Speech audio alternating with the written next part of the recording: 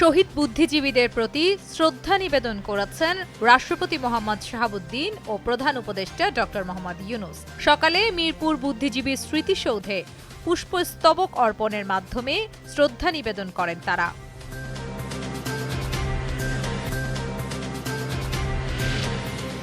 জুলাই সনদের ভিত্তিতে আগামীর বাংলাদেশ গড়ে উঠবে মন্তব্য করেছেন মুক্তিযুদ্ধ বিষয়ক উপদেষ্টা ফারুকী আজম। শহীদ বুদ্ধিজীবী স্মৃতিসৌধে শ্রদ্ধা নিবেদন শেষে তিনি এ মন্তব্য করেন।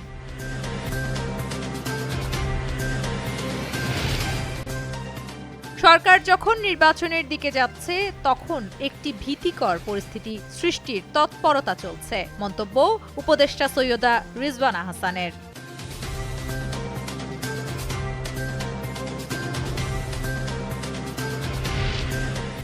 ওসমান হাদির উপর হামলাকারীর সীমান্ত পাড়ি দেওয়ার বিষয়ে কোনো তথ্য নেই বলে জানিয়েছেন ডিএমপির মিডিয়া সেলের মুখপাত্র মোহাম্মদ তালেবুর রহমান।